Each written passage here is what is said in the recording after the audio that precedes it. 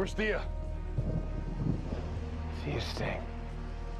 Have you explained to Ray what we have to do? Yeah, apparently we have to get to an office tower that my non-fiancé doesn't own, which is a little strange, all that coming from a guy who's been having memories that he's able to shrink. Well, whatever we're doing, we have to do it fast, because whatever the Dominators have done to us, they would have built in safeguards. They're probably manifestations from our memories designed to keep us here.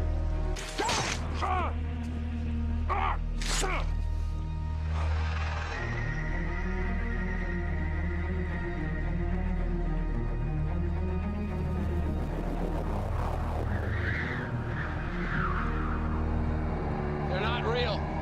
They certainly look real, but let's not get into that right now. Speedy? Yeah, I had a change of heart, okay? Like I said, can't lose my family again.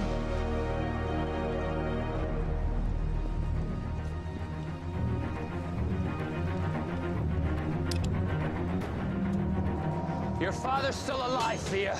Your real father, at least. Unfortunately, this is going to be a little less satisfying for me than killing your sister.